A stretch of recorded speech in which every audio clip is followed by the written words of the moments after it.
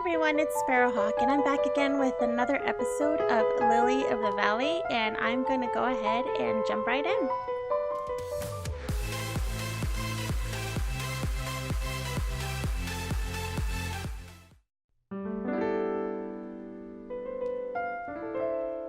Stasis.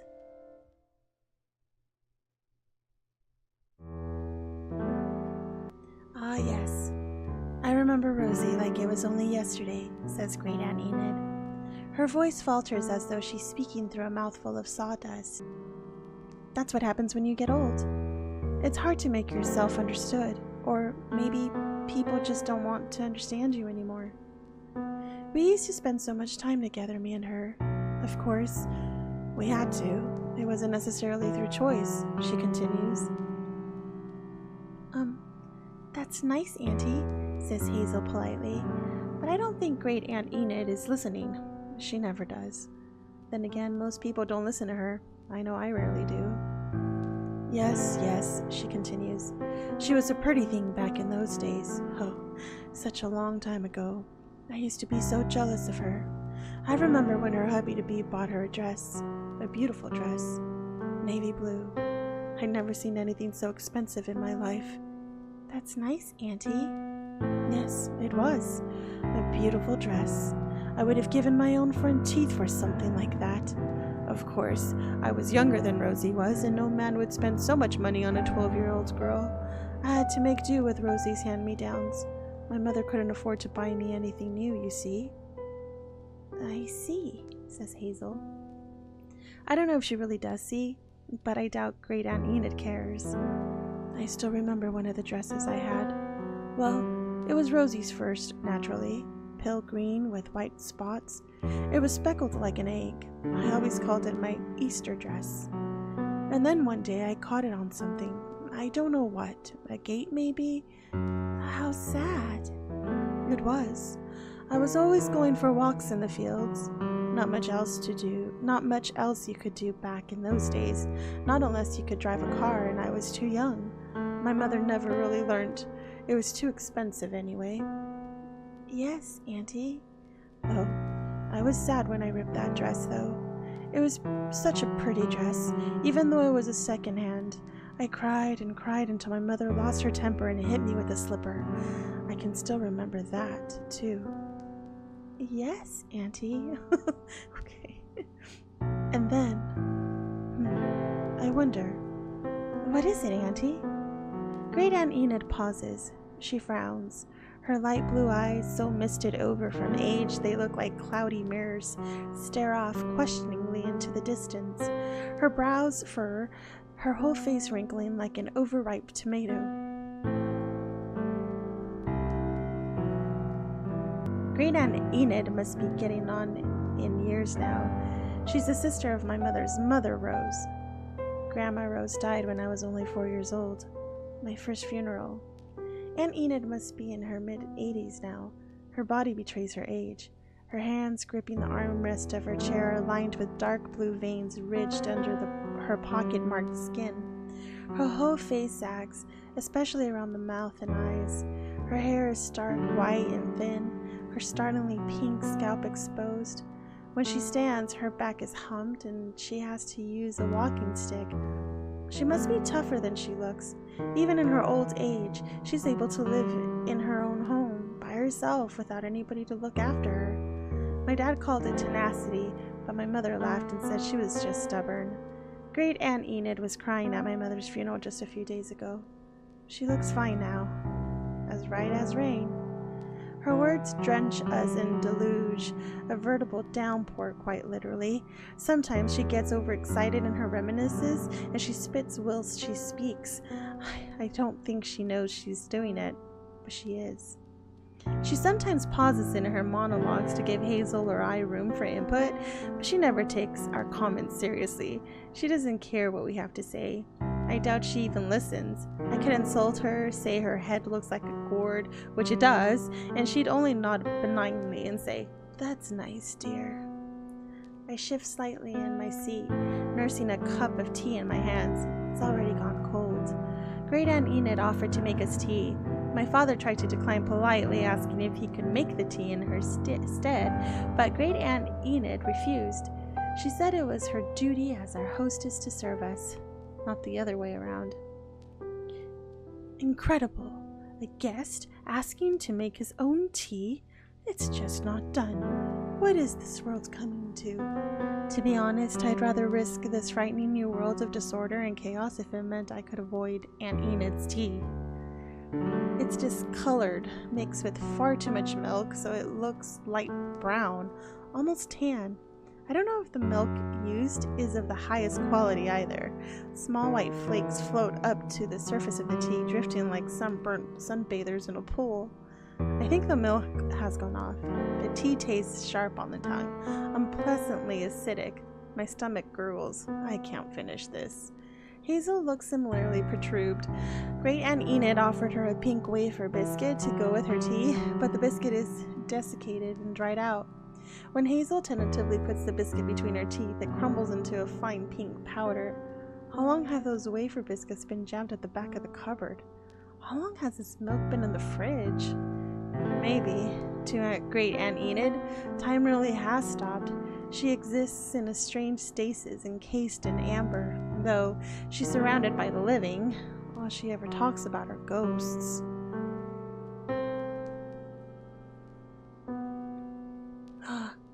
I remember where I was, says Great Aunt Enid with a nod of her turtle-like head. Hazel attempts a smile. What happened next? Now, let me see. Great Aunt Enid sets her own cup of tea back on the saucer. She didn't actually drink any of it, did she? Maybe it's just for show. A prop? Rosie's dress. It really was a lovely dress. Navy blue, very smart. I wanted a dress like that. But being too young to attract a suitable beau, I couldn't finance my desires. What a shame. What a shame. Yes, Aunt Enid. All my clothes were second-hand, hand-me-downs. I never got to wear anything of my own, and I must say, I was somewhat jealous. Of course, it's understandable, given our mother didn't make so much money, but all the same. She laughs, shaking her head. I worry if she moves too quickly, all her thin hair will fall out. Children will be children, you know. I was something of a stubborn girl. My mother always scolded me about it, but that's just in my nature. And that's why Great Aunt Enid has been alive to live alone for so long. Stubbornness. My mother really was right. I was so upset about this pretty dress that Rosie had.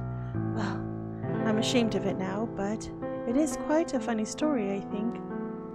Of course, Rosie didn't find it funny at the time. She was so angry with me. My mother hit me with the slipper then, too. I probably deserved it, though.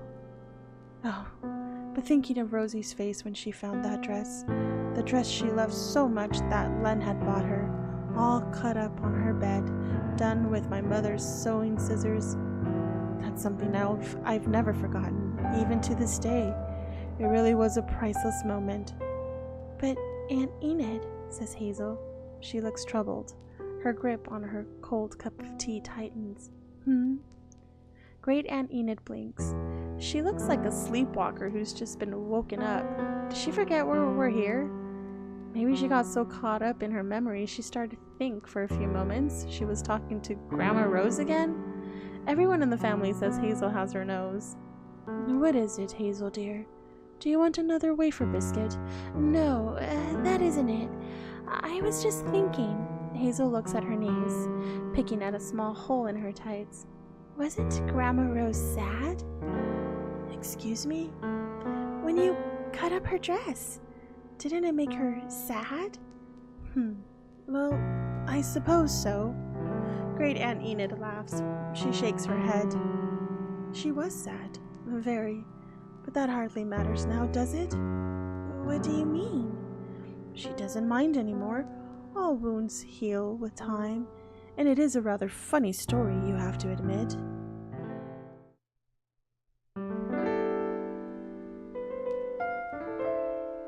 Life.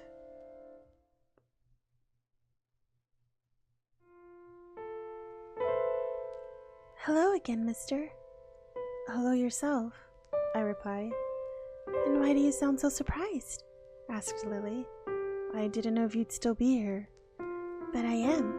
Yes, you are. I told you I'd be here. I suppose you did. You didn't believe me? I do now. I sigh, taking a seat on the rocky outcrop besides Lily. Is it a sigh of resignation, or else a sigh of relief? Since I went to visit Great Aunt Enid with my family, or what remains of it, it's now slightly later than the previous times I met Lily here. I thought maybe she'd have given up, maybe she'd stop waiting. I don't know why I was worrying so much. When did this girl become so important to me? This really is ridiculous. Oh, I see you brought them after all, Lily exclaims, unusual for her, her eyes lighting up. I guess I did. I didn't realize you were so soft, she says, smiling. Is she teasing me? Neither did I. Lily surveys the pack of donuts with an expression that can only be described as joyous, a wide smile on her face. I don't think I've ever seen her smile like that before. Oh, they look so good! Don't you think it's a bit childish getting this excited about donuts at your age? She sticks her tongue out at me. Well, since I called her childish, she might as well get the whole hog. Alright, I'm sorry, I apologize. You're not a child. No, I'm not. I'm mature. I'm really, really mature, you see, she says, puffing out her cheeks to prove her point. I laugh. Sure, I believe you. You better.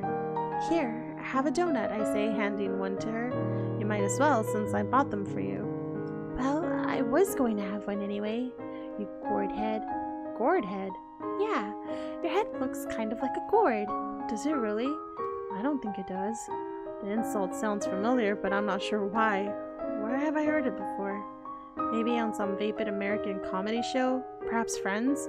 Almost anything anyone could possibly think of saying has been said in Friends, or at some point or another.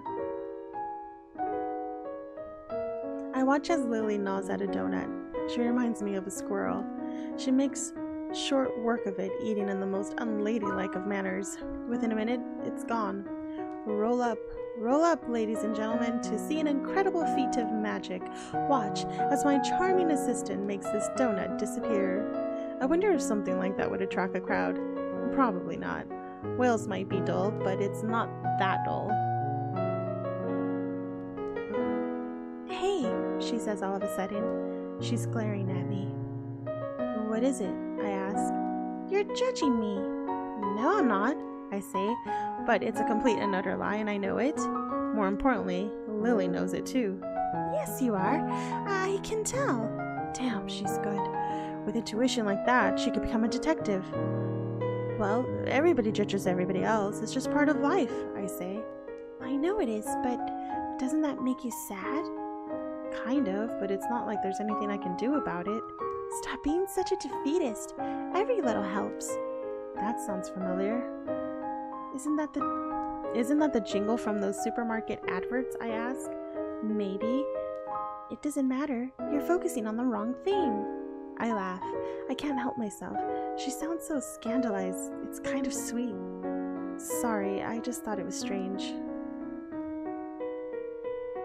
Strange? She asks. How you look so happy eating the donut. I've never seen anyone get so excited over something so simple before. Just took me by surprise. Well? Lily draws her legs up to her chest, tucking her knees beneath her chin, and stares off into the distance. She looks tiny sitting in that position, like a portable telescope that's been folded up and on itself.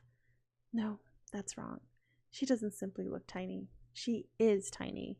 She's only 14, 15 at a push. I never asked for her age. There are a lot of sad things in the world, she says quietly. Though she's so slight, her words carry a certain amount of weight. It's like she's shouldering some kind of great burden, but I don't know what that burden is. I know there are a lot of sad things in the world. You don't need to tell me about that, I say. And you should know, she replies. Know what? I ask.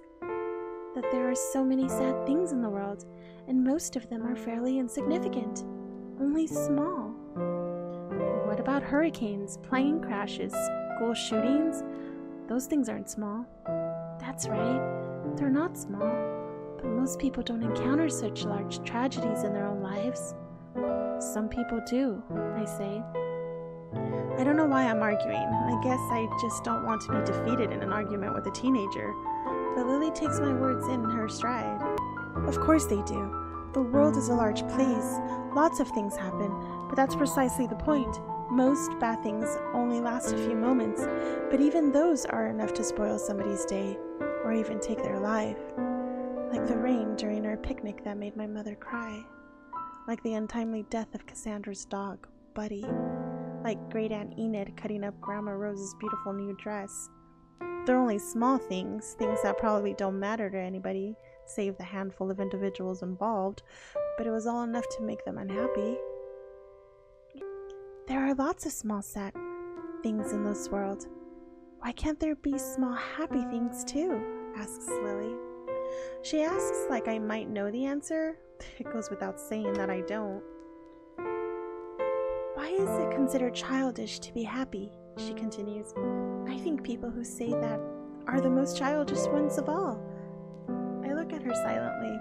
I search for words, but I can't think of anything to say. I thought talking with Lily would be relaxing, a respite from the worries of the real world, kind of like being back at university. This girl, however.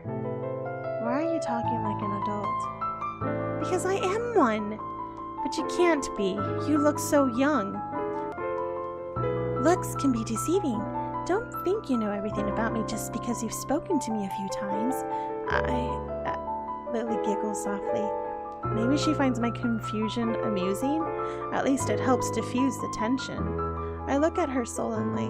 I'd probably pout if that weren't such a teenage girl thing to do. Pouting is Lily's territory, not mine. No matter how old she says she is, I'm not convinced. Are you laughing at me? I ask. Yes, she replies, without a hint of hesitation. So I was right to be paranoid then. But why? Because you're funny. Funny? I've been accused of a lot of things in my life, but being funny isn't one of them. Despite my name, I'm certainly no Adam Sandler, thank God. Yeah, always acting so serious, thinking you know everything. I don't think I know everything. Just most things? Maybe. I don't know. I'm a lot older than you. Too old to eat a ring donut without having to question life, the universe, and everything? You're quoting now. I like to read. But my mother only taught the lore said students. Lore said students don't like to read. Most of them could hardly read at all. Lily smiles enigmatically. Her light blonde hair flutters in the breeze, framing her young face. That pale skin, those light blue eyes. Looking at her makes me shiver. It feels like I'm staring down a sharp, steep cliff at all the jagged rocks below. Maybe I'm not a bottom-set student then, she says. I thought you said my mother was your English teacher. That isn't important. Of course it's important. You went to her funeral. Yeah, I did. There's a small break in the conversation. Lily doesn't sound lighthearted anymore. Rather, she seems despondent. I don't like funerals, she says. Neither do I. But I went anyway. You didn't have to. I know. I felt obliged. Because my mother was your teacher? Something like that. But I don't think that's the truth. Neither do I. Then... My voice trails away. I can't think of anything else to say. Talking to this girl is impossible sometimes. It feels like she's been leading me around in circles. If my mother wasn't her teacher, then how did she know her? Why did she sound so outraged when the vicar kept calling her Evelyn? Nobody called her Evelyn. All her close friends knew that. Since when was this girl my mother's close friend? Hey, mister. What is it now? Do you want one? She's holding a donut towards me, a sweet pastry covered in blue icing and sprinkles. I can't remember the last time I had a donut. I think it's a little too childish for me, I say. Oh, are you on a diet? I'm not a girl. Why do I need to diet? Men go on diets too. I'm not that kind of person. I see. She frowns. She looks disappointed. It's rude to refuse other people's kindness. Hey, I bought those for you, remember? I know, but you look like the kind of person who could do with eating a donut every once in a while. What do you mean? Lily takes a while to respond. She holds the donut in one hand and picks it apart with her fingers. She places these small crumb-sized bits in her mouth and chews on them slowly. I guess she really does love donuts. Though there are so many happy things surrounding you, you always look so sad, she says after a while. My mother died last week. You shouldn't use your mother as an excuse. It's rude. What do you mean an excuse? She really did die. I know. But... She licks the icing off her fingers. Her little tongue is light pink like a cat's. You're not actually upset about your mother, are you? It's a harsh statement, sharp and sour. It doesn't match the sweet icing still stuck in her fingertips. You're not sad about her. I can tell. The only person you feel sorry for is yourself. I open my mouth, but no words come out. I don't know how to reply. Lily's words strike a chord inside me. I recognize that accusation. It's one I've heard before. It's what Cassandra said to me a few years ago, almost exactly the same.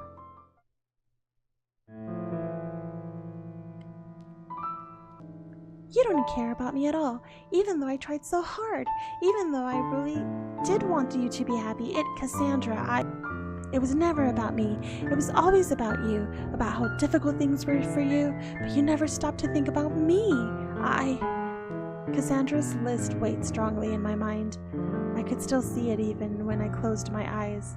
Cassandra's list of her own perceived negative qualities. Worried about Buddy. I think he might be sick. That was what Cassandra worried about. That was what she cared about. Something small, stupid, and consequential, whereas my list, I was the one who had real problems. I was the one who was truly despairing. Why then? Why was Cassandra acting like I was in the wrong? I'm through with you, do you hear? Through! Cassandra, even when Buddy died, even though my baby, my precious darling, is dead, you still have to make it about you. It's like you don't even know how to sympathize with anyone. She was right. I don't. Of course I don't. How can anybody sympathize with anyone when we all live inside our own heads? Sympathy, empathy, compassion, aren't those all things we tell ourselves so we can feel good? So we can feel kind? So we can feel wise? But when it comes down to it, does anybody really truly care about anybody else? As long as life is good for us, as long as we're comfortable, aren't we fine? Isn't that how people work?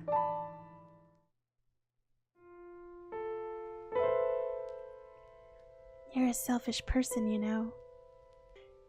I can't say a word. I can only look at Lily, my mouth parted in a small O.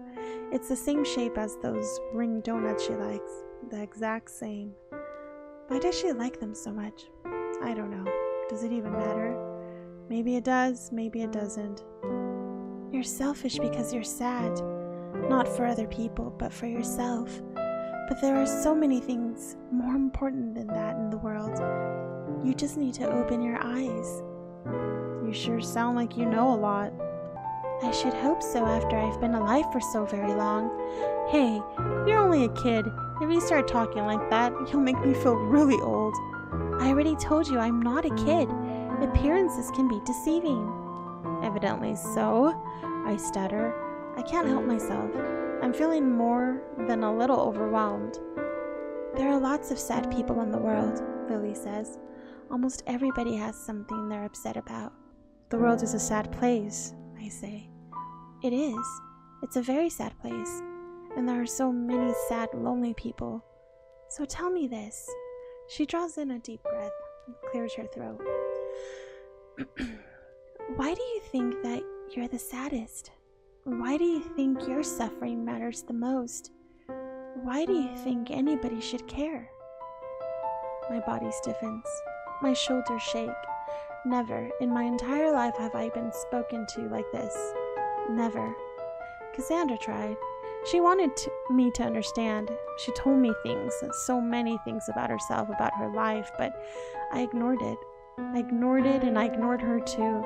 I can hardly remember a thing about her, only her blonde hair and her red lipstick. And Buddy. But I bought you donuts, I say almost desperately, in some sad attempt to earn back Lily's favor. Just like a scene from some cheesy chick flick. The male love interest running desperately to the airport, train station, it doesn't matter where, out in the snow searching for the lost love of his life. Don't go, come back, please, come back. But Lily's expression doesn't flicker. It's true, you did, she said simply. And I like it when you smile, I say. You do? Lily tilts her head to one side. Her light blue eyes are large and glassy. Her eyelashes are very, very long. She really is a pretty girl. Of course she is. It's because she looks like Imogen Parker, my first love. The resemblance is uncanny, maybe too uncanny. That goes both ways, mister. It does? Yeah, it does. She looks at me. Her gaze is piercing. It's an expression you could cut yourself on. I broke a dish once. I thought I swept up all the pieces. I was wrong. A few weeks later, I lacerated my foot on a piece of china, hidden out of sight. It hurt like hell and bled quite a bit. I still turned up for work the next day, though. That's the kind of person I am. That's how you have to be in this world. It's because you're sad that you're always looking inwards. That's why you're unable to see the obvious, even if it's an inch away from your face. I don't want you to be sad. You've thrown away enough of your life already, so if possible, I would like you to smile, she says. She says it simply as though it's something easy, but it isn't. Not for me. It won't change anything, I tell her. Maybe not, she agrees. Then what's the point? That's up to you to decide. She's right. Of course she is. Lily has been right about almost everything so far. Why should we break with tradition now? This really is up to me. It's my decision. Nobody can make me happy but me. Nobody has the power to make me smile other than myself. Though Lily wants me to, though she's imploring me to, she still can't make me. Oh. Let's see. I'm gonna smile. Just to get the happy ending. Ooh, I should probably save.